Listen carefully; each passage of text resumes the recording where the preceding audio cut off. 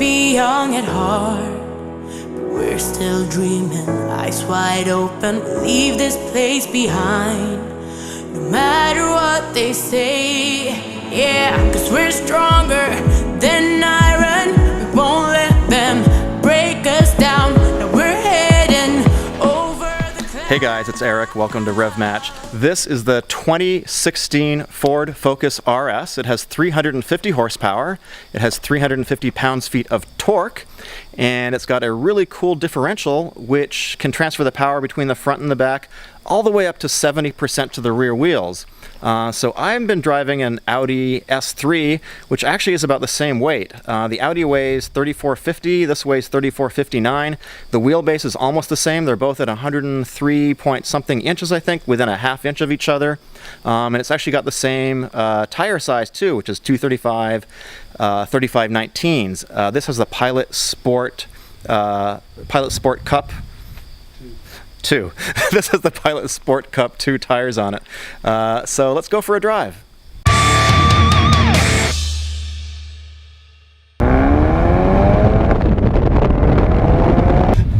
So I'm here in the 2016 Focus RS.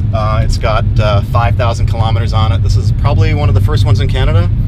Well, the first batch. The first batch in Canada. And so it's interesting. I've got an Audi S3, and I was looking at the specs, and they're actually very, very similar to this car. It's got a similar amount of horsepower, although this is about 60 more horse. This is 350 horsepower, 350 pounds-feet out of a 2.3 liter EcoBoost motor. The difference is, of course, this is a manual transmission. The Audi has a DCT. I like the motor a lot. It's definitely more responsive than the Audi. There's no replacement for displacement, I think is what they say. So 2.3 liter. It feels like it scrolls up more quickly too. And this feels initially a whole lot stiffer than my car does, just going down a little bumpy road here. Wow, it sounds nice.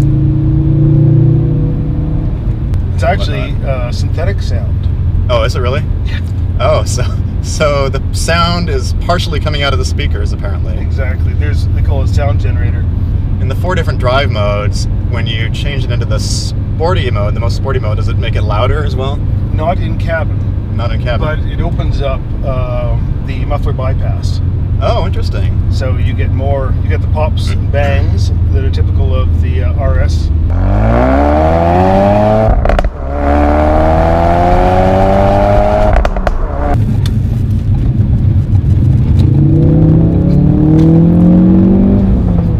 Turn in and full throttle from mid-corner just goes. Yeah, I think on the street at legal speeds this has all the grip you'd ever want. Yeah. So it's got like a torque vectoring system, which I think Ford focused on this specifically on this car as opposed to taking it off the shelf like Haldex or something like that. Yeah. And created it so you can actually have the rear tires spinning a little quicker than the fronts. Exactly. To reduce understeer and also to improve turn-in.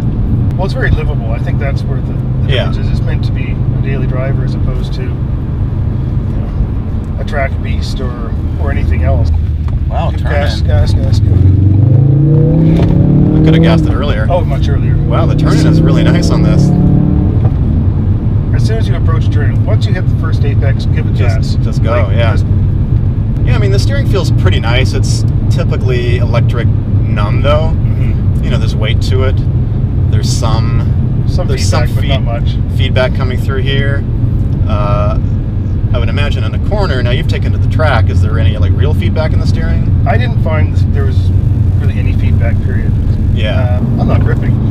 Yeah, I mean that's my complaint with every electric steering that I've driven so far is that there's just a lack of feel. BMW being absolutely the worst. This is.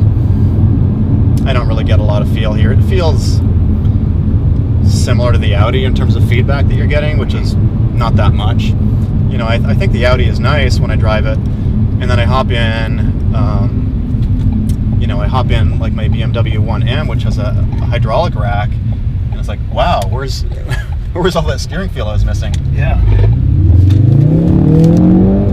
Full power in a corner, no problem. Yeah. Hey, so I've had a little bit of time to let the experience of driving the car sink in, and overall I think it's an absolutely fantastic car. The motor is really a gem. I mean, it's got almost no turbo lag. It has a fair bit of power and torque. I think there's one flaw with the car, and that is the ride. The ride is really, really stiff. I can't really imagine driving this thing in the 405 in Los Angeles every single day. I think you might just get bounced around a little bit too much on a day-to-day basis. And I don't really see a reason for the ride to be that stiff, because I've driven other cars, like my Audi S3, which actually I think has similar levels of grip, and it's just not as stiff. The all-wheel drive system is absolutely fantastic. It's not like the Haldex system, which I have in my Audi and a lot of other cars have, which is inherently front-wheel biased. And in those cars, when you're just cruising along, all the power is going to the front wheels. With this system that Ford has, you're able to send 70% of the power to the rear wheels and actually send it to each rear wheel independently. It's really cool. I don't think there's anything else like it in this price class in the market, maybe at all. It's really a very impressive system. If there's any complaint that I actually have, it's that I was hoping for a little bit more power. 350 horsepower is certainly not bad, but the chassis is very composed, and when you put down the power, it just goes. I'd actually like to see something a little bit wilder. Maybe 400 horsepower would be, or 450 would be really cool in that car. I'm sure that can be taken care of with a tune and some bolt-ons, and I'm sure somebody is working on it right now.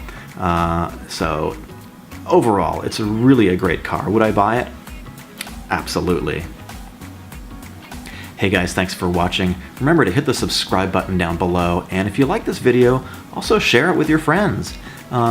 Give me a thumbs up, that would be great, and give me a comment below too.